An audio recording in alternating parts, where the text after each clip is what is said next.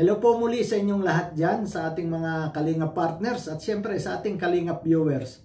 Isang mapagpalang araw po sa inyong lahat at sana lagi kayong ligtas saan man kayo naroroon.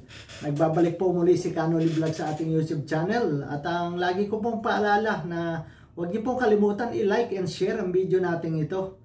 Ayun po at ganun din naman sa mga bago pa lang o ngayon pa lang makakapanood sa ating video o makakadalaw sa ating channel. Please po paki-subscribe Kanoli Vlog at pindutin ang notification bell para na-update kayo sa tuwing ako'y may upload na bagong video. So ito po at tayo po ay magbibigay ng reaksyon dito o may pakikita ako sa inyo rito na isang magandang bahay na kagagawa lang. Pinagawan po ng bahay itong dating inaaruga ng Kalingap at tapos ay winakwak po ng mga kasamahan din dati sa Kalingap ano. Marahil alam nyo na o kilala nyo na yon sa mga nanonood dito. At sa mga hindi pa po nakakilala naman, dito po kay Rina. Ito po si Rina, no? Na dati pong nasa pangangalaga ng Kalingap. Subalit, meron pong mga ilan sa kasamahan sa Kalingap na winakwak. Ang ibig ko po sabihin ay kinuha si Rina sa pangangalaga ng Kalingap. At sila na po ang nagbablog. Ano po, ito po biglaan na kinuha sa pamamagitan ng nanay niya kaya wala na po magawa ang Kalingap sapagkat nanay na po ang kumuha Subalit sa mga hindi po nakakaalam, ito pong si Rina napagawa na rin ng bahay doon sa lolo niya sapagkat magkasama silang dalawa ng lolo niya at maayos din yung napagawa dito ni Kalingap Rab na bahay. Maganda rin po ano. Subalit yun nga, hindi napigilan na ialis si Rina sa pangangalaga ng Kalingap dahil nga sa mga tao na naghangad na kunin si Rina upang sila na magbablog dahil noon kalakasan ng views ni Rina sa mga hindi po nakakaalam. Naging viral po si Rina dahil po kay Kalingap Rab. At sa pagiging viral na yan, ay may mga tao na nasa Kalingap na gumawa ng hindi maganda. At ito nga po yung ginawang hindi maganda, yung kunin si Rina, at sila yung nagbablog. Kaya tawag sa kanila noon ay mga wakwak, winakwak si Rina. Subalit sa kanilang pagwakwak ay naging maganda rin naman na resulta dito para sa mag-inang itong pong pangalan ng nanay ni Rina. Nakalimutan ko na po yung pangalan ng nanay ni Rina. Ito nga po at ipakikita ko sa inyo sapagkat sa gitna ng mga taong nagwakwak sa kanya, ay napagawa po ito ng bahay. Kaya salamat na rin po. At hindi nyo sinayang yung inyong pagwawakwak. At talagang pinagawa nyo ng isang maayos na bahay po. Maganda po. At pakikita ko po sa inyo. Ito po yung bahay na pinagawa dito kay Rina. Sandali lang po mga Kalingap. At pakikita ko sa inyo. Ayan, ito po mga Kalingap. Ito po yung bahay ni Rina. Under finishing po siya. Pero 90% or 95% po ay okay na po siya. Ayan, under po siya lahat. So, dito po tayo ngayon sa main entrance. Ayan, may entrance po ito. At meron din po tayong gate dito. Ayan. Meron din po tayong gate dito. Yan po. So, double gate po siya. At meron po tayong main gate dyan. So, marami pong gate po si Rina. Isa dito. Ayan. Isa po dyan. At yan po yung pangalawang gate. Talagang modern style po siya. At ito po yung main po sa parking area kung magkasasakyan na si Rina. Ayan. So, ito po siya. Meron din po tayo dyan. At ito na po ang kabuuan ng ating bahay. So, ayun po, nakita natin yung harapan ng bahay. Maganda, maayos. At nakita nyo po yung gate. Modelo. Sapagkat bukod do sa main entrance, meron pa rin po na labasan patungo doon sa sasakyan. At may plano pa. May planong ibili ng sasakyan itong si Rina kasi may grahe Sana nga po na nilagyan nila ng grahe na talagang may bili si Rina ng sasakyan. Kaya ayan palagay natin tuwang-tuwa yung nanay ni Rina siyempre ay napagawa na ng bahay at maayos at maganda po ang talagang bahay. Ito po, at pakita ko pa po sa inyo yung mismong loob ng bahay. Ayan po pakita po.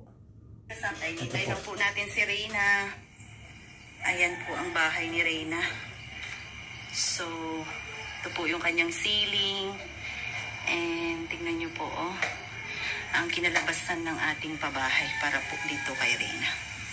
Pagkagawa, ito po yung napakagandang TV ni Reyna. Galing po yan sa sponsor po natin. At siya po yung nag-antay kasi may pupuntahan daw po siya mamaya. So yan po yung bahay ni Reyna. Napaka-simpleng modern. Simpleng elegant modern. Yun lang masabi ko. Hi Reyna! Ang ganda na ng bahay mo! Hanggang ngayon, di ka pa nagtanggal ng make-up? Ay, Diyos ko Lord. Ayan, nandito na po si Reyna. Kumusta? Anong pakiramdam? Dito ka. Sige, tignan mo yung bahay mo. Ang ganda ng bahay ni Reyna. Ang ganda-ganda. Upo doon. Ay, grabe naman. Sandali lang po, Napansin natin si Reyna parang dalaga na, Dalagang-dalaga na si Reyna at laking babae talaga. At isa pa, yung parang na siya, magaling na talaga si Reyna. Buti naman ipagpatuloy ng mga ito na ipagamot si Reyna kasi kita natin dyan na parang magaling na si Reyna. Maayos na yung kanyang mga pagsagot, So ito po, pagpatuloy ko pa po sa inyo yung buong loob ng kanilang bahay. Yan, upo lang, upo. Ay, wow. Ayos? Grabe yan, Nagantay siya kanina. Sige, mag-ano ka muna. Mag-hello ka at mag-say thank you. Siya po, Father, ang may bahay. Opo. Mimay po. Opo. Yan, siya yung bless ng bahay mo. Pwede na siguro tayong mag-umpisa. Oo, ano naman si Father. Okay. Ay, candles. Asan si Melanie? Mama? Oo, tanungin mo yung candles. Father. Yung candles daw. Ma'am Perli, bihisan mo na si Reyna. Ayun, di po ba? Kita nyo ro, narinig na niyang pangalan ng mama niya na si Melanie. Yung marunong na talaga si Reyna, tuwid na yung kanyang pag-iisip. Yun nga, hinanap agad niya yung kanyang nanay nung marinig na kailangan na hanapin yung nanay para bumili ng kandila. Siya na mismo talaga yung umalis o lumabas doon sa bahay para puntahan yung kanyang nanay. Kaya nakakatuwa rin naman. Kaya ito po, ipagpatuloy po natin. Ayan, ito po yung oven. Ayan. At yan po yung nabili ng Reyna's Community na ref po. Ayan. Ayan, may ref pa. At dito naman tayo dadako sa master bedroom ni Reyna. Ito po ang napakagandang master bedroom ng ating dalaga. Wow. Ayan, ito po ang kwarto ni Reyna. Sobra effort, pero effortless na lang po yung mararamdaman mo kasi sobrang ganda po siya. Aliwalas. Ay, grabe. Tapos yan po, makita nyo po yung ating kurtina ay galing pa pong SM sa kabilang kwarto ni Reyna. Okay po, ayan, from head to toe, or ayan, meron po tayong biniling double deck. Ayan, thank you so much Ma'am Candy sa laman po ng kwarto ni Reyna. Ayan. At ito po, meron po siyang ironing table. May iron po si Reyna. Ayan. At ito naman po ang magiging kwarto ng makakasama ni Reyna dito sa bahay. Ayan. So, probably po si Danica tsaka yung makakasama niya dito sa bahay. Yan po. At ayan po, nakita natin, grabe, maganda yung kwarto niya, Kaya, nakatuwa rin naman itong mga nagwakwak na ito. Talaga namang, at least, yung kanilang pagwawakwak kay Reyna, nagbunga para kay na Reyna. Kumbaga, napakinabangan talaga ng kanyang, nitong mag-ina na ito, ni na Melanie, At dahil ito nga, maayos na maayos, magandang bahay ang naipagawa sa kanya. At ito pa po, maganda yung maging toilet. Pakikita ko po sa inyo yung toilet na maayos yung pagkakagawa ng toilet. Ayan, ang pakita ko po sa inyo yung toilet.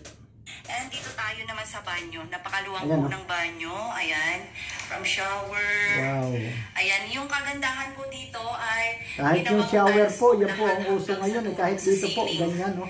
Kaya tinalis po lahat nila. So, amazing. Ang hindi lang maganda dyan sa pagkagawa ng shower na yan, ay nasa tabi nung nung bowl. So, mariretouch po lahat yung mga inodoro. dalos-dalos So, niyan pag naligo ka, basa rin yung mga inodoro. So, yan po, meron pong bidet si Reyna. Yayamanin. Ayan, no? Yayamanin po ang Dapat ating sana dalaga, binigyan ng space yung yung banyo. Sana rin na maalala mo kami.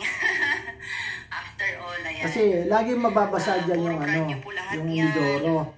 Kaya laging kailangan pupunasan. Laging basa may pag bidet, may naligo. shower. And medyo rough po yung floor ni Reyna, although napakaganda. Pero ayan, maayos dito po, maganda. At ayan maganda pa yung oven. Cabinet dito Dito daw, ba? silver po yun. Diyan, at Maging saka may ang cabinet lababo po dyan. na on the way pa po. Ito Tingnan po nyo, yung ayan, ating oven. Although either po imumove po ito kasi yung saksakan ay hindi po advisable dyan. Baka mapansin nyo, hindi po advisable yung saksakan sa taas ng lutuan. So either imove po ang isa dyan. Kaya yun po, ganun talaga. And ang ating lababo ay ang lakas pong maka-modern type ang ating lababo. Ayan. Pagkatapos po ng blessing. Ayan po yung washing machine. At napakaganda po ang backdoor ni Reyna. Ayan. So, makikita nyo po dyan ang kapitbahay natin na mabait. Ayan.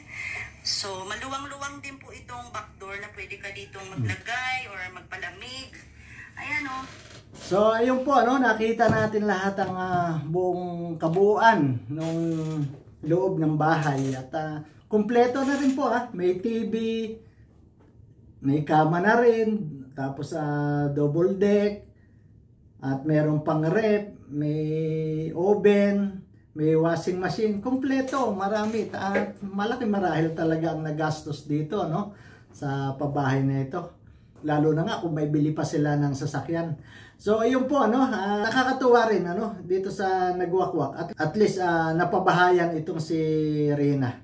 Humina na nga po dati ang views dito kay Reyna. Kumbaga hindi naging sikat na siya kasi nga wala na kay Kalinga Prab si Kalinga Prab lang naman noon talaga pagka may napuntahan siyang beneficiary ay natataas ang views dahil kay Kalinga Prab. Kaya nung ito nawala na si Reyna, biglang humina yung mga views dito kay Reyna.